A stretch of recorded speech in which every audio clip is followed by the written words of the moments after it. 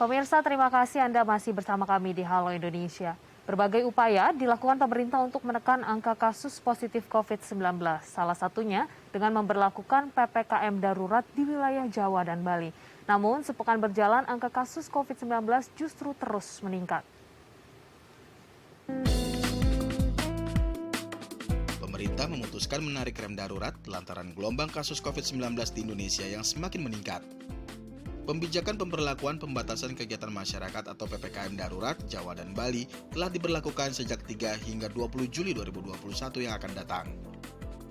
Berjalan lebih dari sepekan, berbagai upaya dilakukan pemerintah untuk menekan angka mobilitas masyarakat, mulai dari penyekatan hingga memperketat penggunaan transportasi publik, pembatasan jam operasional, hingga mengeluarkan kebijakan work from home kepada perusahaan non-esensial dan esensial, serta percepatan vaksinasi. Namun tidak jarang masih terlihat terjadinya kerumunan di beberapa wilayah seperti di wilayah penyekatan, perusahaan yang tidak mematuhi aturan PPKM darurat, hingga memperbanyak tracing. Namun sejak masa PPKM darurat diterapkan, kasus COVID-19 di Indonesia terus meningkat pesat. Bahkan angkanya sudah hampir menembus angka lebih dari 30.000 per hari. Pada 8 Juli 2021, penambahan kasus harian di tanah air mencapai rekor tertinggi selama dilanda pandemi COVID-19, yakni sebanyak 38.391 orang terkonfirmasi positif dalam 24 jam. Dengan lonjakan kasus yang terjadi hingga 11 Juli 2021, penambahan kasus COVID-19 selama lebih dari sepekan menjadi lebih dari 294.958 kasus. Melalui data Satuan Tugas Penanganan COVID-19 pada hari pertama penerapan PPKM darurat hingga akhir pekan kemarin, angka positivity rate di Indonesia terus meningkat di atas 30%, yakni mencapai 40,02%. Padahal Organisasi Kesehatan Dunia atau WHO menetapkan ambang batas positivity rate 5%. Pemerintah pun mulai memberlakukan PPKM darurat di 15 kabupaten dan kota sejak 12 Juli 2021. Untuk membahas lebih lanjut evaluasi sepekan PPKM darurat di wilayah Jawa dan Bali, kita akan berbincang bersama Ibu Mas Dalina Pane, selaku Kepala Bidang Pengembangan Profesi Perhimpunan Ahli Epidemiolog Indonesia. Selamat pagi, Ibu. Selamat pagi, Priscilia. Ya, Bu Masda, kita melihat penerapan PPKM darurat ini telah seminggu berjalan, tapi angka kasusnya masih terus naik signifikan.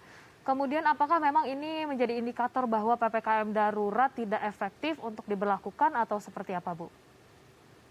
Sebenarnya penurunan jumlah kasus itu membutuhkan waktu. Jadi tidak bisa hari ini diberlakukan PPKM darurat, hari ini juga kasus akan turun.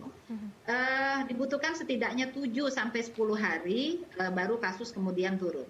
Kalau kita lihat 3 hari terakhir kasus mulai perlahan turun, tetapi perlahan, tidak drastis tiba-tiba menjadi di bawah 10.000 atau di bawah 20.000. 3 hari terakhir ini kita lihat terus turun, tetapi sedikit-sedikit. Dan kita berharap 5 hari ke depan sampai akhir PPKM darurat, angka ini terus turun. Tetapi tentu saja PPKM darurat ini bukanlah untuk pengendalian. PPKM darurat ini adalah rem sementara agar jumlah kasus yang mengalir deras ke rumah sakit bisa cukup tertahan sementara waktu. Karena tentu PPKM darurat ini tidak bisa dilakukan terus-menerus. Dia akan memiliki dampak yang besar terhadap masyarakat, terutama perekonomian masyarakat. Karena itu 2 minggu akan dievaluasi oleh pemerintah apakah PPKM ini akan diteruskan atau tidak. Kalau menurut pandangan saya, ketika layanan kesehatan sudah mampu untuk menampung semuanya, maka sebaiknya kita kembali ke PPKM mikro yang mampu mengendalikan di tingkat wilayah yang lebih rendah, tidak kemudian wilayah luas. Baik, Bu Masda, kemudian kalau kita melihat Indonesia sekarang berada pada gelombang kedua lonjakan kasus.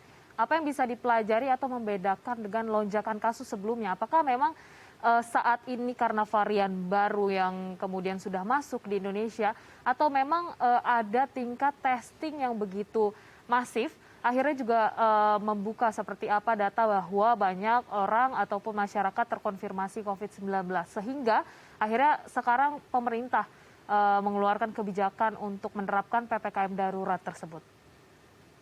Iya, memang ada dua puncak ya. Saat ini mungkin belum sampai puncaknya, tetapi pada puncak di bulan Januari akhir itu sebenarnya puncak yang memang by design. Artinya pada saat itu ada program tracing yang memang tujuannya adalah mencari kasus sebanyak-banyaknya untuk dilakukan containment. Berapa banyak puncaknya itu sudah diperkirakan. Jadi ketika dimulai itu basisnya per minggu sekitar 30.000 kasus. Kalau R0 atau reproductive number-nya antara 2 sampai 4, maka skenario terburuk adalah puncak kasus di 120.000 atau 30.000 kali 4 ya. Angka 4 itu jumlah terbesar jumlah terbesar orang yang terinfeksi oleh satu kasus. Pada saat itu apakah sudah ada varian baru? Sudah. Pada saat itu sudah ada varian baru, sudah ada B117, sudah ada B1351 yang varian Afrika, tetapi belum ada 1617. 1617.2 yang berbahaya itu yang titik 2. Bukan berbahaya, yang menularnya cepat itu yang titik 2 itu baru ada di bulan April. Tetapi walaupun B117 itu menularnya lebih banyak dibanding varian biasa, containment-nya kuat pada saat itu. Jadi mereka memang dikarantina selama 14 hari untuk kontak eratnya. Bagaimana yang sekarang? Yang sekarang ini sebenarnya double burden jadinya, atau bebannya menjadi ganda. Di samping karena varian baru, transmisi itu sudah ada di grassroots. Kalau dulu mungkin transmisi itu masih berada pada kelompok elit dan menengah, walaupun menengah bawah. Tapi saat ini sudah grassroots. Semua orang sudah memiliki risiko terinfeksi. Ditambah dengan beban ganda dan ditambah lagi 3T pemerintah itu saat ini menurun cukup jauh.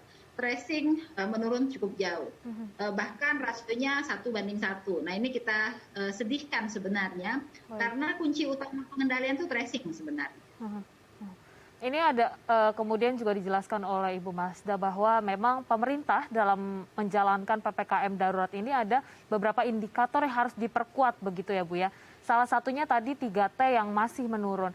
Kalau boleh mungkin kita analisa, apa yang menyebabkan? Apakah mungkin karena nakesnya memang kekurangan, kemudian juga harus berbagi dengan tadi ada penguatan vaksinasi massal, kemudian pengawasan tentunya dari instansi terkait begitu Polri, TNI. Nah, kalau kita berbicara bagaimana kemudian melacak angka kasus yang sebenarnya ataupun untuk menekan angka kasus, kenapa Bu 3T yang kemudian dilakukan pemerintah ini masih malah menurun begitu?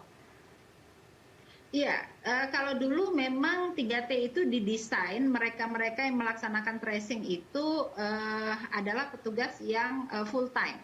Full time 24 jam mereka melakukan tracing. Tracing itu bukan cuma sekedar mencatat kontak erat saja, tetapi ada containment dan monitoring di sana. Monitoring itu artinya pada pasien-pasien yang isolasi mandiri di rumah atau kontak eratnya, jika mengalami perburukan maka langsung didorong oleh tracing menuju rumah sakit darurat atau lapangan ataupun menuju rumah sakit rujukan melalui bantuan puskesmas. Saat ini itu sudah tidak ada lagi. Program itu pada saat itu diserahkan pada Babinsa Babin Kamtibmas.